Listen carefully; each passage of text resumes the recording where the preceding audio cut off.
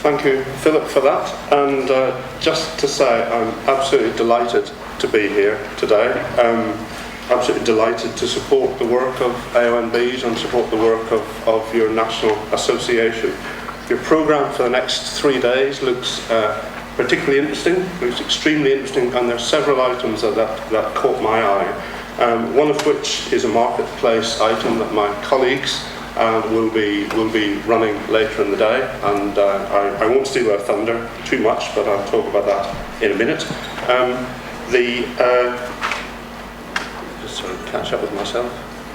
The other item on the agenda that on the programme that caught my eye particularly is late bar facilities till midnight, and that sadly seems to be repeated tomorrow as well. So sadly, I won't be there to join you at it, which is uncharacteristic of me. But simply because when I leave here today, pretty much I go straight off on 2 weeks holiday, which is brilliant. My mind is almost there already. But the point of this is to say that I'm going on holiday to an AONB. I don't believe the representatives are here today, but the AONB I have in mind is the Antrim Coast and Glens.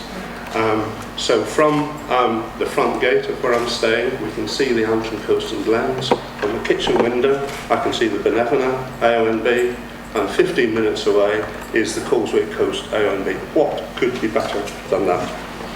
Apart from being here, of course. So, one of the things that I do as a sponsor, and you have to do, is listen to this, of course, which explains what National Grid does, who we are, and why we exist. One of the small pleasures of going to Northern Ireland, particularly sad perhaps, is when I look at the pylons there, they're absolutely nothing to do with me. So that's just brilliant, because National Grid doesn't cover Northern Ireland. It does cover England and Wales in terms of electricity transmission, and it covers Scotland in terms of gas transmission at high pressures. Our network, which you can see, sort of a bit of a blur, I'm sure, on the slide behind me. But as I say, we take gas from North Sea fields into Carrickfergus, and then through high pressure pipelines, transport it down the length and breadth of the island. National Grid, as I say, also runs and owns the high voltage electricity network across England and Wales, and we also, the shaded bit, the green bit on the map, are the low pressure gas pipelines that we also own. We own 4 of the 8 distribution networks.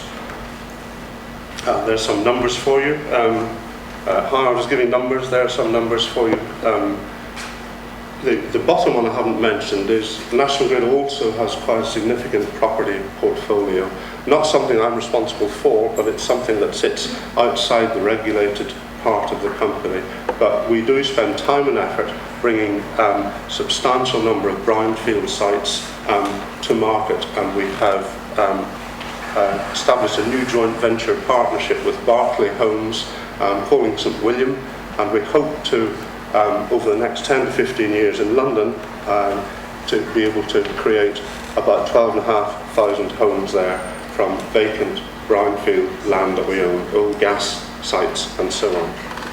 But Howard had a diagram of a triangle he showed, with the state at the top, society at one corner, markets at the other. At National Grid we talk about another triangle shown here in blocks of 3, which is about sustainability, which is about affordability and security of supply. It's about keeping the lights on in a secure way, in a sustainable way, and in an affordable way. We have some significant challenges in terms of where the energy comes from, which are shown on the slide. Significant challenges in order to change the network to be able to meet this. Increasingly, the geography, if you like, of the National Grid in an electricity sense is changing.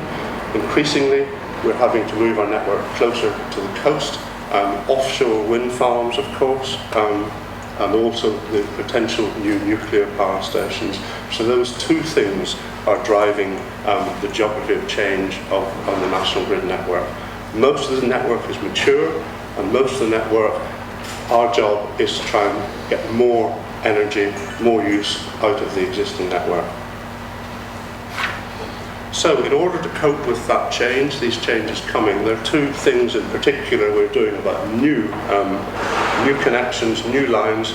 One is we have published a couple of years ago a document which really sets out our approach to routing new electricity lines. And in there, for the first time, we said that we have no inherent preference for either new overhead lines or underground cables.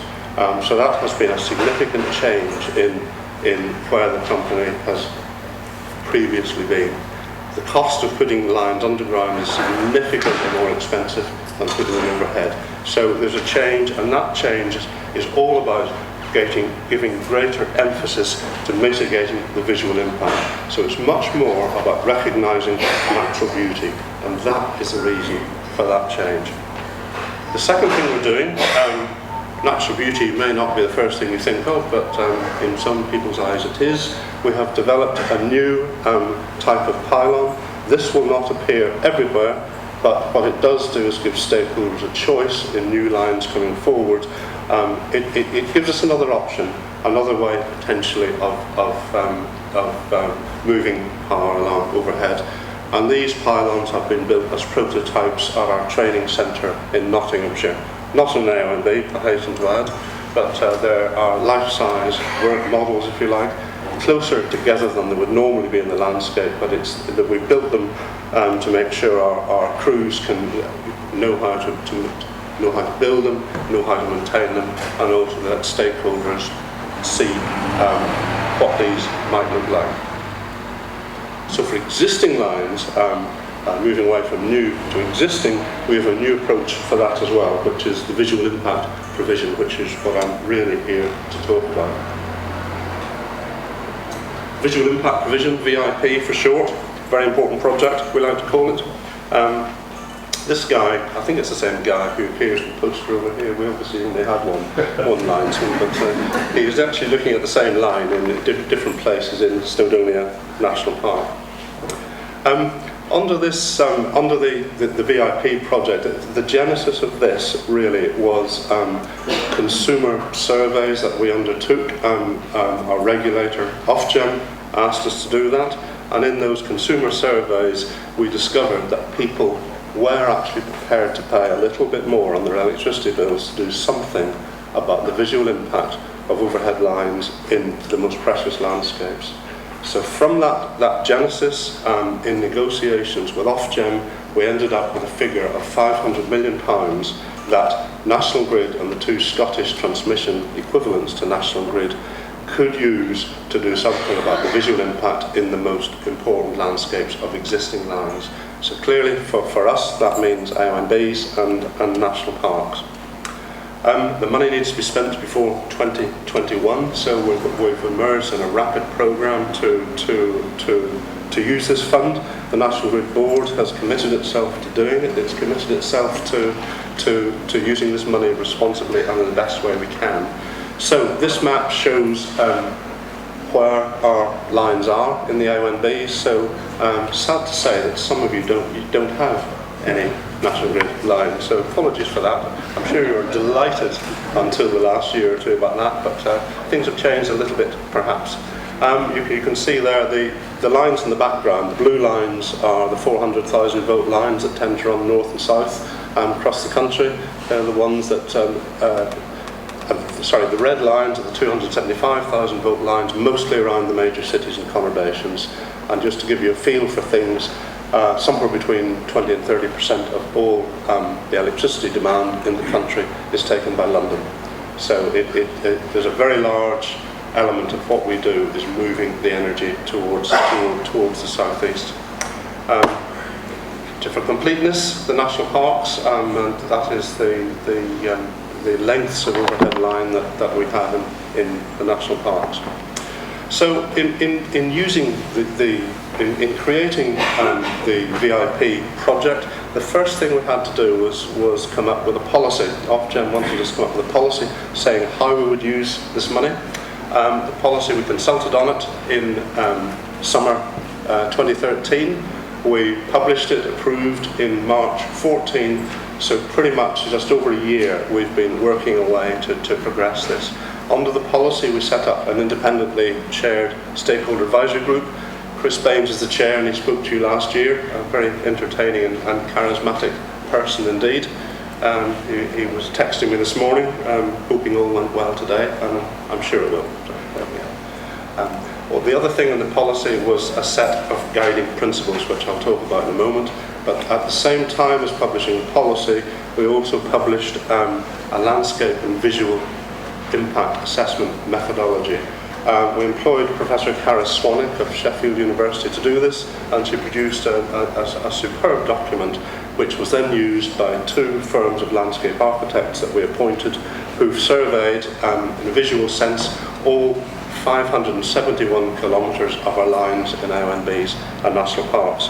And just the guiding principles, you could pretty much guess what these are. The guiding principles of the policy, it says we will select candidate schemes, basically for undergrounding or major works that result in the greatest landscape benefits, that basically don't trash the environment in doing so, which is what the second one means. And the third one, result in the greatest opportunities to encourage public understanding and enjoyment. The fourth, technically feasible. And the fifth, economic and efficient. So those are the principles that we will adhere to going forward. The Stakeholder Advisory Group, senior members from each of those, and you are represented by Howard Sutcliffe on that. I think he's here today, he's on the list, but I haven't heard him yet, so there we are. In terms of progress, the Stakeholder Advisory Group has met 5 times so far. We have taken them to see an overhead line, we have taken them to see a substation, we have told them all about undergrounding and overhead lines, and they are most certainly in a place to take the key decisions that need to be taken going forward. They approved the Caris's methodology. They approved the results that when they came out before they were published in November last year. And the other thing the group did, it came up with the idea of using some of the fund, some 24 million, for a landscape enhancement initiative, which I'll talk about in a few minutes. We've also, as part of the process, we have met every single AONB and national park in the country to tell them about this project. In the shortlisted areas, we have met not only the public, but we have met, if you like, technical stakeholder groups, mostly involving yourselves in the process. The shortlisted schemes for potential major improvement are the ones that have emerged on the map there. Top of them all, top of the list in terms of the worst overhead line was the Tamar Valley AONB, which I think surprised nearly everyone in National Grid. We were not expecting that to appear, simply because the line had been behaving itself over all the years and we'd never had to go to do much maintenance or inspection or anything else. But Tamar Valley, top of the list, and the other sites you can see there. It has come to quite, without any influence at all, the work produced a good spread of AONBs and national parks, north and south, given where our lines are, England and Wales. So it's super coverage, if you like, in terms of the top candidates. The Stakeholder Advisory Group now needs to decide which of these to take forward for further work, because the funding, the £500 million, an enormous sum of money, but it will pretty much only cover between 2 to 5 of these schemes if we're talking about significant undergrounding. The reports achieved widespread coverage in November. We're delighted to get headlines on the front page of the Times, positive for once for National Grid, so that was good. So in terms of those sites that were on the map a few seconds ago, we are going through options appraisal for each of them at the moment. We're working out what the best solution, in our view, would be for each of those sites. We will then, through the summer, through a very busy August, we will test those results on the local stakeholder reference groups in each area, which will involve yourselves.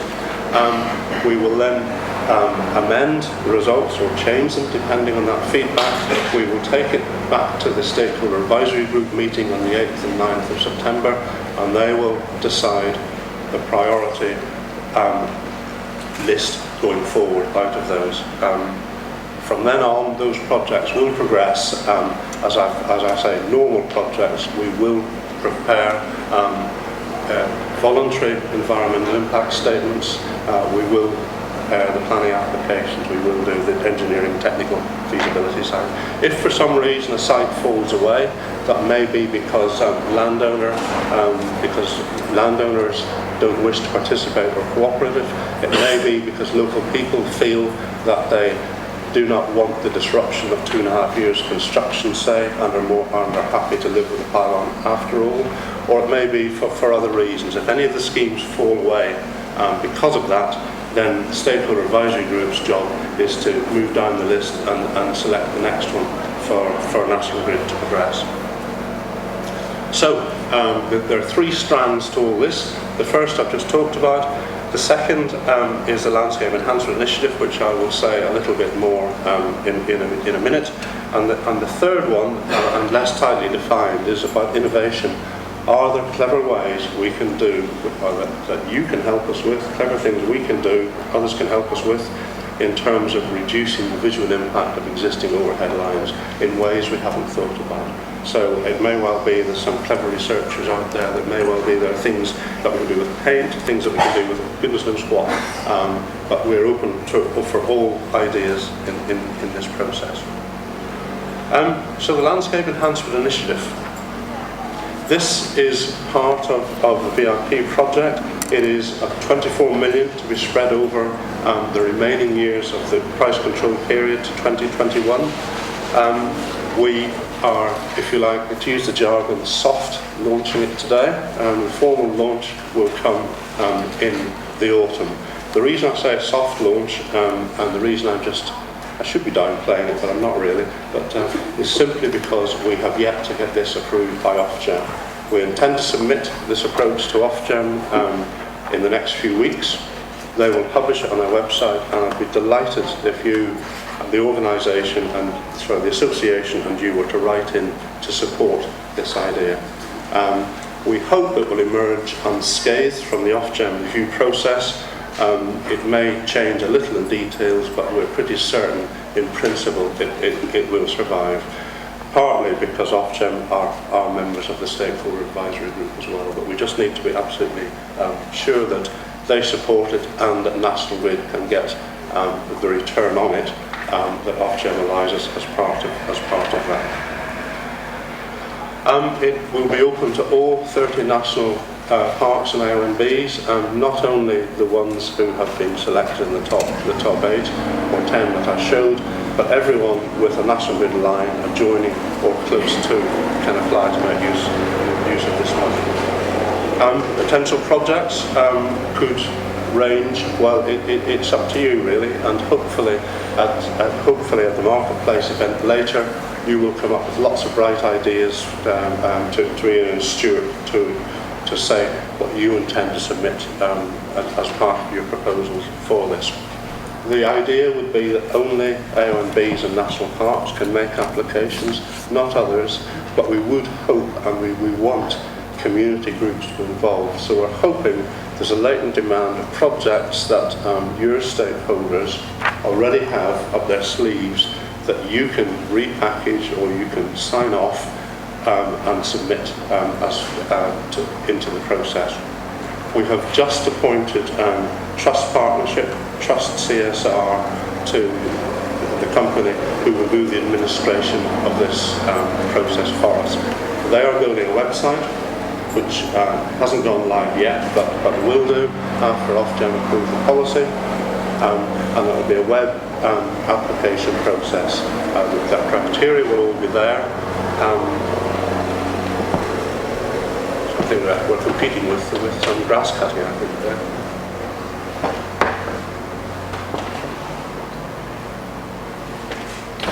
So the criteria will be published on the website, and my colleagues Ian and Stuart will explain that. It will explain all the rest of the criteria at the session later.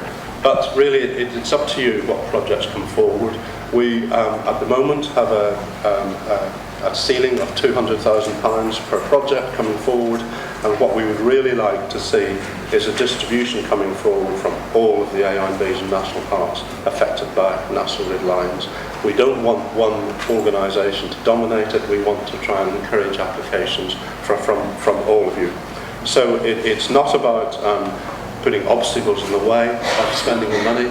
It's about trying to help you come forward with good ideas that help us reduce the impact of our lines on your landscapes. So that really is what the project is about.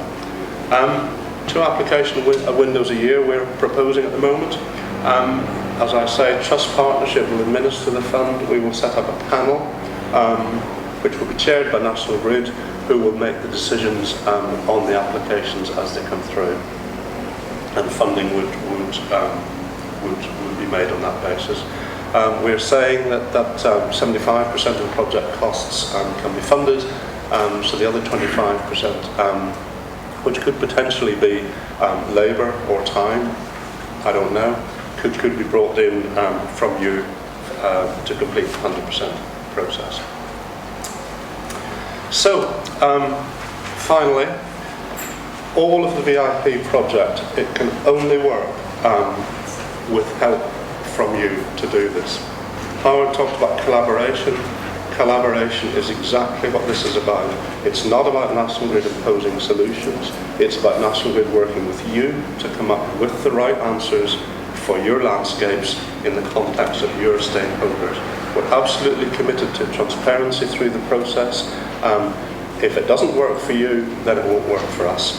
The whole thing will not work at all unless we work collaboratively with partnership to make the absolute best use of this very, very sizable piece of money.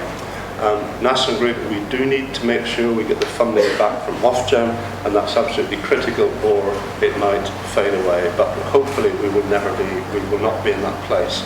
And the most important line of the whole presentation is the bottom one there, is that VIP will only work with your support. Thank you very much.